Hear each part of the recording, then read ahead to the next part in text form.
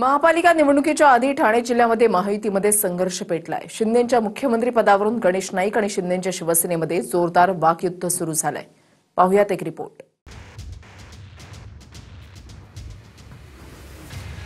महापालिका निवडणुकीच्या आधी ठाणे जिल्ह्यामध्ये महायुतीमध्ये वाद पेटलाय। भाजप नेते आणि मंत्री गणेश नाईकांनी थेट उपमुख्यमंत्री शिंदेंना डिवचलंय। शिंदेंना लॉटरी लागली आणि त्यामुळेच ते मुख्यमंत्री झाले असं गणेश नाईकांनी म्हटलंय। गणेश नाईकांच्या या टीकेला शिंदेंच्या शिवसेनेचे खासदार नरेश म्हस्केंनी प्रत्युत्तर दिलंय।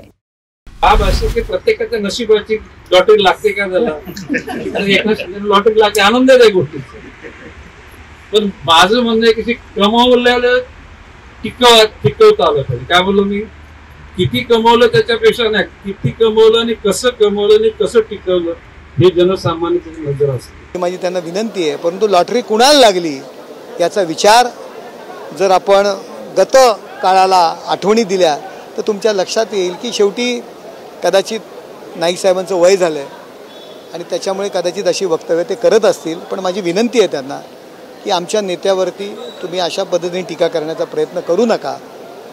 जर आपण टीका केली तर आम्हाला सुद्धा आपल्यावर टीका करावी लागेल। हे वाकयुद्ध सुरू असतानाच गणेश नाईकांनी शिंदेंच्या बालेकिल्ल्यात रक्षाबंधनाचा कार्यक्रम आयोजित केला। ठाण्यातल्या वर्तकनगर भाजप कार्यालयात या महाअभियानाचं आयोजन करण्यात आलंय। यातल्या राख्या मुख्यमंत्री फडणवीसांना पाठवण्यात येणार आहेत। या कार्यक्रमातून गणेश नाईकांनी म्हस्केंनी केलेल्या टीकेला प्रत्युत्तर दिलंय। विधान केलं होतं लॉटरीचं, त्याच्यावरती आता दादा ती लॉटरी आता कोणाला लागली कोणाला लागली तो विषय आता नको। मात्र त्याच्यावर आता टीका करण्यात वय झालेलं आहे। अरे आज आज हे बघा, मी एवढंच सांगतो की माणसाचं वयाचं नंबर हे फक्त वाहन असतो, जो कार्यक्षम असतो तो कायम दिसतो आणि भविष्य काळामध्ये दाखवून देऊ। ठाणे जिल्हा हा शिंदेंच्या शिवसेनेचा बालेकिल्ला मानला जातो, पण गेल्या वर्षभरात ठाण्यातल्या भाजप नेत्यांनी शिंदेंना आव्हान देणं सुरू केलंय। Bureau report, TV9 Marathi.